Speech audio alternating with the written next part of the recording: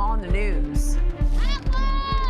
Life on the Mexican side of the border. We'll show you how thousands of people are living in heartbreaking conditions as the end of Title 42 nears. A possible hate crime. The NYPD is investigating a brick thrown through the window of Catholic Charities' Brooklyn and Queens headquarters. The youth get involved in a nationwide revival campaign.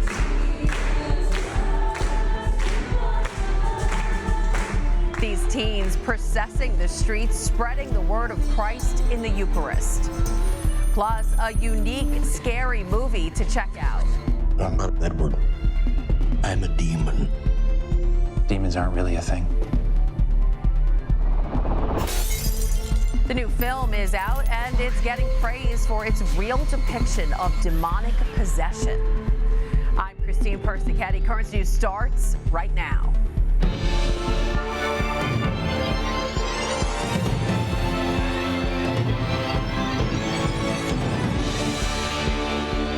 It's the countdown to chaos. Title 42, the pandemic-era policy, which allows authorities to quickly expel certain migrants at the border, is set to expire Thursday.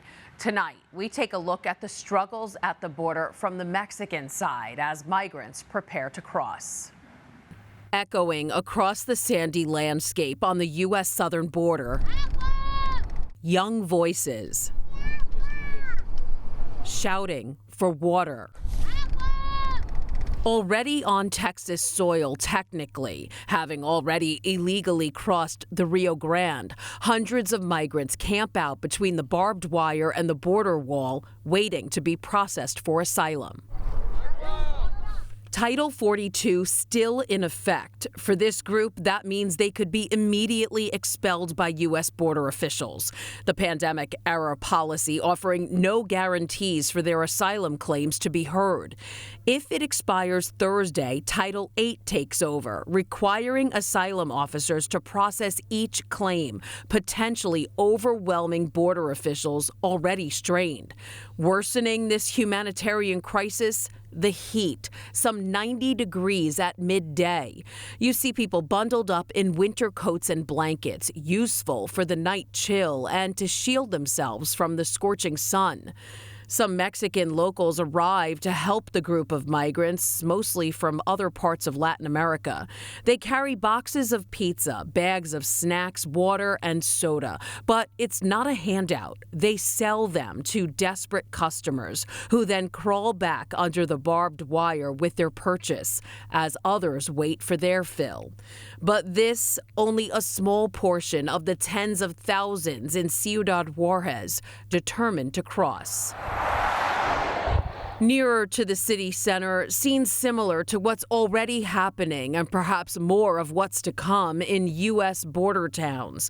A makeshift shelter in an abandoned building where people have set themselves up ahead of any potential crossing. This as more migrants by the hundreds, if not thousands, arrive hourly into this Mexican border city. Long, dangerous journeys behind them, and by no means is this their last stop. They crowd around a hose of running water to wash up and drink. This man skipping the line, going to the source, bathing under the leak. Back at the wall, rumblings of hope. A truck from the U.S. side approaches, water shooting from the sides, helping to cool the hot sand, but also sparking false hope. Some in the crowd rush to fill their empty bottles as others warn it's not for drinking. That doesn't quench desperation. The government estimates about 150,000 migrants are already camped out in northern Mexico, with more likely heading to the border. New York City is considering unique ways to accommodate migrants. The mayor's office may shut down streets to install shipping containers or tiny homes as temporary housing. Another idea is to put people on cruise ships or school gymnasiums. Around 60,000 migrants have arrived in New York since last spring, but after Title 42 ends, 800 people may arrive daily. New York City lost one housing option. A judge is stopping a Rockland County hotel from allowing migrants to be bussed in from Manhattan. The temporary move was put in place after community leaders in Orangetown took New York City Mayor Eric Adams to court over security and housing concerns. The move has tensions boiling over, with Rockland County Executive Ed Day slamming Adams on how he's handling the situation. Mayor Adams can criticize Congress for a failure to establish a national decompression strategy, but it is hypocritical, and frankly, it is maddening. The mayor's plan is the same as tossing people out into the middle of the ocean who can't swim and saying go to shore. It can't work. It is not a viable option. He added that Rockland County isn't equipped to humanely help any migrants. Moves like this, and especially the GOP's Secure the Border Act proposal that limits a migrant's chance of coming or staying in the U.S., is being looked down upon by Bishop Mark Seitz, who's the head of the USCCB's Committee on Migration, saying, quote, "It would endanger unaccompanied children and inflict harm on other vulnerable persons, decimate access to asylum, mandate damaging detention and removal practices, restrict access to legal employment, limit and potentially eliminate federal partnerships with faith-based and other non-governmental organizations, undermine the rule of law, and more." Now to a news alert. The NYPD's Hate Crimes Task Force is searching for the two people they say vandalized a Catholic agency in Brooklyn. Cops say they threw a brick through the glass door of Catholic Charities' Brooklyn and Queens headquarters. No other details or possible motives were provided. It happened on Tuesday, May 2nd, just after midnight. The suspects took off on a southbound number 2 train. And now police need your help to find them. Anyone with information can call Crime Stoppers at 800-577-TIPS. New data is providing a better economic outlook for Americans. Inflation rose at its slowest annual rate in 2 years. And while still high, we're starting to see progress. But concerns over the debt ceiling are weighing heavily on investors, and for good reason. John Lawrence has more. The U.S.'s debt ceiling drama is about to start a new chapter. I know we have the time. I mean, we could do it easily but do we have the will? President Joe Biden and top congressional leaders, including House Speaker Kevin McCarthy, had a 60-minute sit-down to address the financial threat Tuesday, but talks fell flat without a deal. This is a political game they're trying to play instead of sit down and really negotiate. While the White House wants the spending cap lifted without restrictions, House Republicans are pushing for their already passed Limit, Save, Grow plan that raises the ceiling $1.5 trillion, but cuts some domestic programs. Americans are very concerned about inflation, and they're very concerned about their retirement. Both of those things are caused by massive government debt and massive government spending. Biden and the leaders are scheduled to continue their talks on Friday, but the clock is ticking. Treasury Secretary Janet Yellen says if an agreement isn't reached, the U.S. could run out of money as soon as June 1st. By not taking default off the table, Speaker McCarthy is greatly endangering America and making it much harder to make progress on budget negotiations. I'm John Lawrence reporting.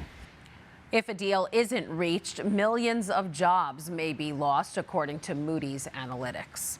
Back in New York, Congressman George Santos has his day in court and pleads not guilty to federal charges. Santos is facing a 13-count indictment related to fraud, theft, money laundering, and lying. He was released on $500,000 bond and is only allowed between New York and Washington, D.C. If convicted, he could face up to 20 years in jail.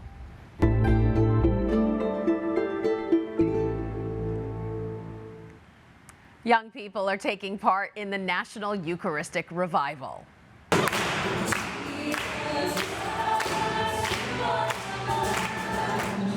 This Mass at St. Peter and Paul Church in Williamsburg, helping the youth of Brooklyn and Queens get closer to Christ through the Eucharist. It's part of a nationwide campaign started by the U.S. bishops after they discovered a majority of Catholics did not know a core tenet of our faith, that the bread and wine at Mass become Christ's body and blood, and they're not just symbols.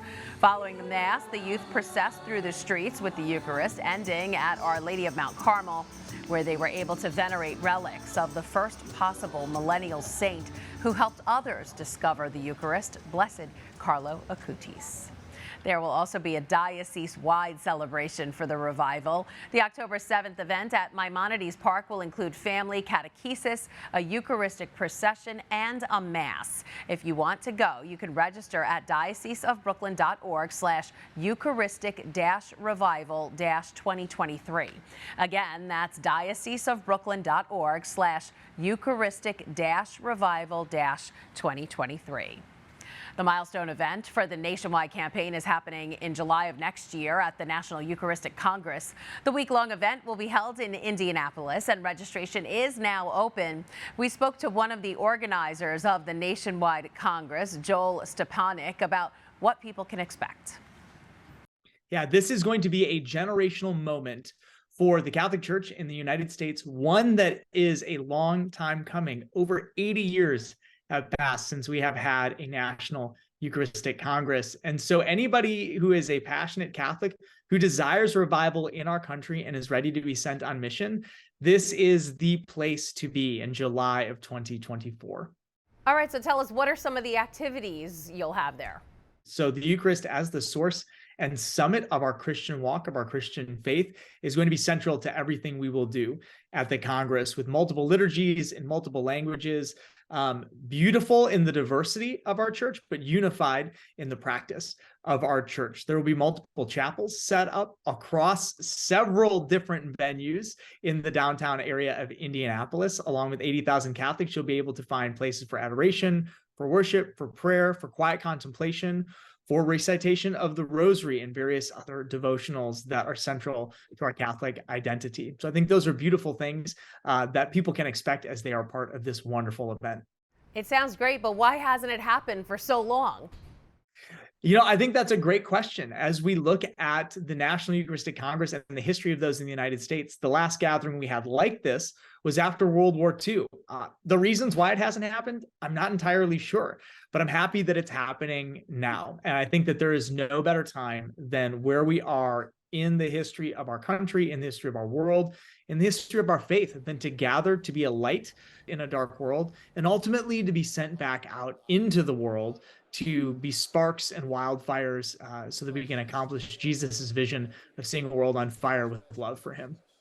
Again, that was organizer Joel Stepanek. To go to the National Eucharistic Congress, just head to their website, eucharisticcongress.org/register. It was a joint greeting during this week's General Assembly. On a rainy day, Pope Francis welcomed Pope Tawadros II, head of the Coptic Orthodox Church. They both celebrated the 50th anniversary of their predecessors' meeting, Pope Paul VI and Pope Shenouda III, which took place in 1973. The two prayed together, and Pope Francis said he and Tawadros are, quote, good brothers. There's a lot more news headed your way. Helping women stay healthy, the new proposal in the fight against breast cancer. Also, we'll meet the rescue horses and special needs students who are helping each other out.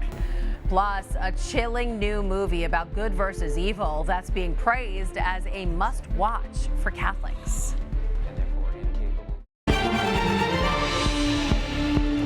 Breast cancer is the second most common form of cancer for women in the United States. And to save more lives, a new proposal to have people get screened at a younger age. Mandy Gaither has more on this new recommendation. To reduce risk of dying from breast cancer, the U.S. Preventive Services Task Force has proposed that all women at average risk of the disease should be screened every other year starting at age 40. They recognized that there's an increased incidence of breast cancer in this age group for women in their 40s, but also that screening is very effective. A group of independent medical experts makes up the task force and helps guide doctors' decisions and influences insurance plans. This latest proposal would update their 2016 guidance, which said women should get mammograms every other year starting at age 50, but that the decision for a woman to screen in her 40s was an individual one. definitely it's a move in the right direction, but it's not exactly right.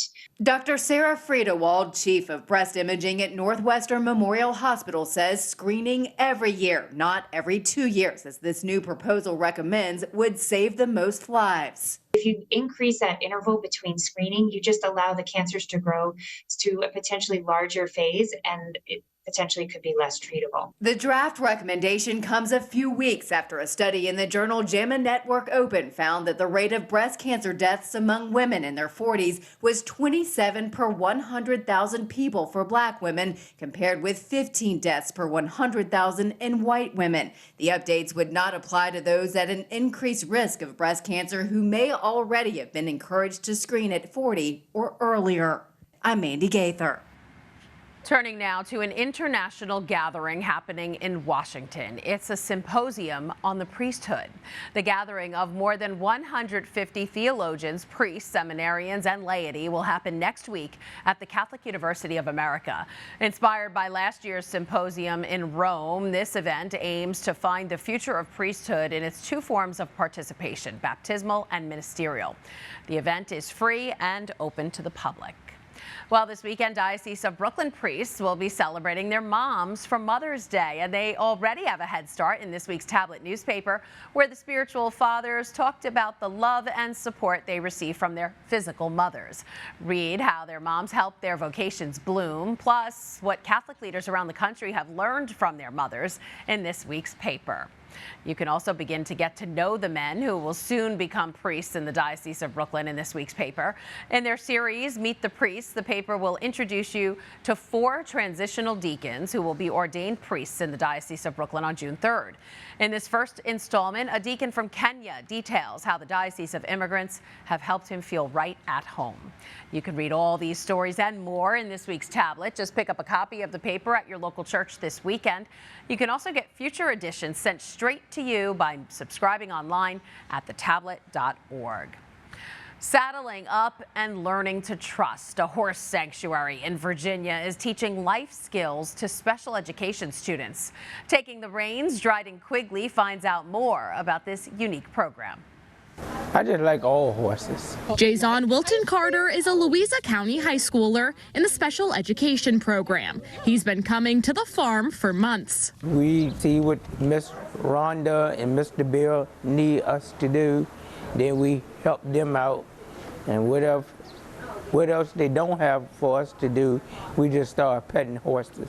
Miss Rhonda is Rhonda Vina Laporte, the co-owner of Serenity Farm Equine Sanctuary. All of the horses here are rescues. Some of them are law enforcement seizures. They were starvation or neglect or abuse cases.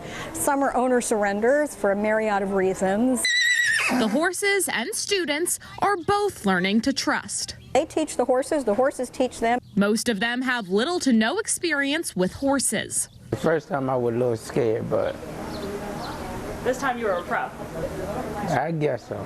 Students learn everything from building a barn to saddling a horse. Not all students will go on to work with animals in the future, so the skills they learn can be taken to any job. One of the most rewarding things is to see one of these kids around the community years and years down the road or whatever, and they're working and they're successful largely because of what they were able to do during their final years at school through this program. As a senior, it's Jason's last day, but he says he's taking away new skills. Riding horses, helping other people, and being kind to other people. We'll see you next time. We'll go riding. What a cool program. That was Dryden Quigley reporting. The Serenity Farm Equine Sanctuary currently houses 35 animals and has recruited 195 volunteers since 2016. Still to come on Currents News. I'm a demon. Demons aren't really a thing. Going bump in the night, the horror movie about possession being praised by a cardinal.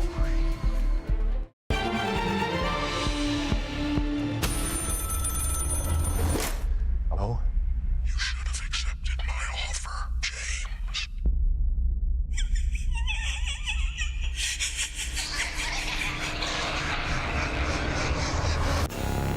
It gave me chills. It's the newest horror movie to hit the big screen, and this one's all about good versus evil.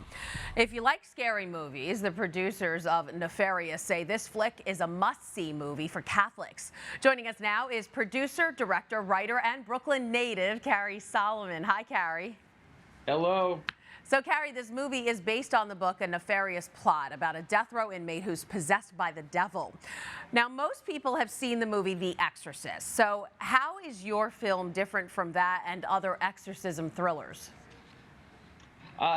We don't use demonic or satanic scares. We don't do any of that. We show the truth here. It's a conversation between the prisoner and a psychiatrist who does not believe in God or demonic possession. So that's how we handle this. It's not one of those jump out of your seat kinds of scary horror, demonic, satanic thing.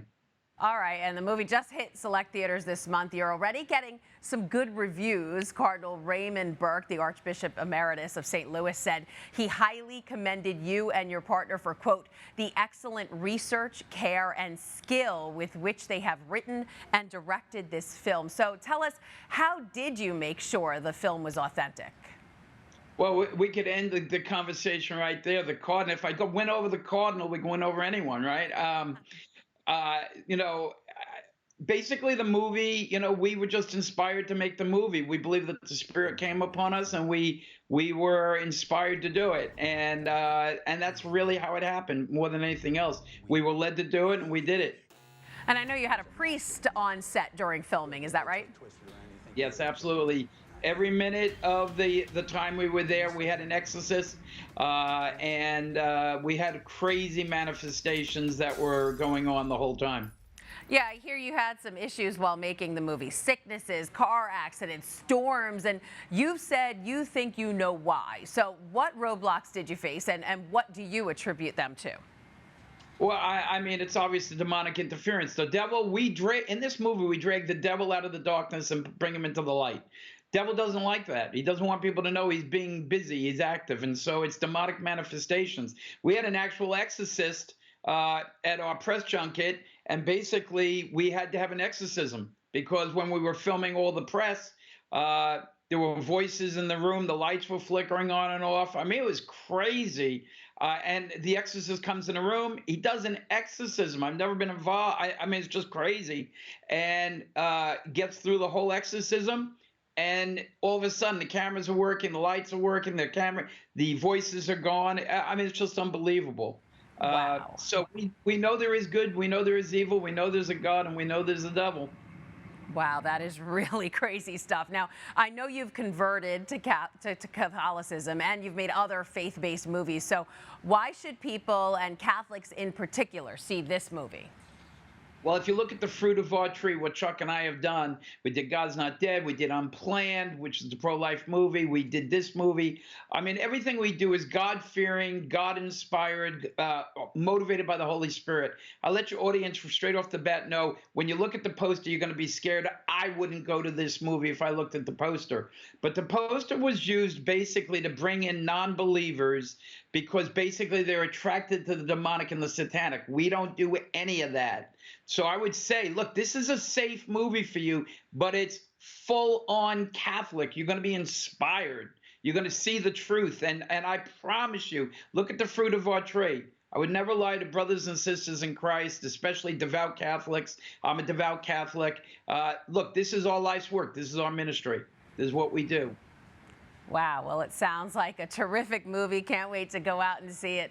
Carrie Solomon, producer, director, and writer of Nefarious, thanks so much for joining us. Thank you so much. So for more information about the movie and where you can watch it, just go to whoisnefarious.com. And that is Currents News. I'm Christine Persichetti. Thank you for joining us because we are putting your faith in the news. Hope to see you again next time.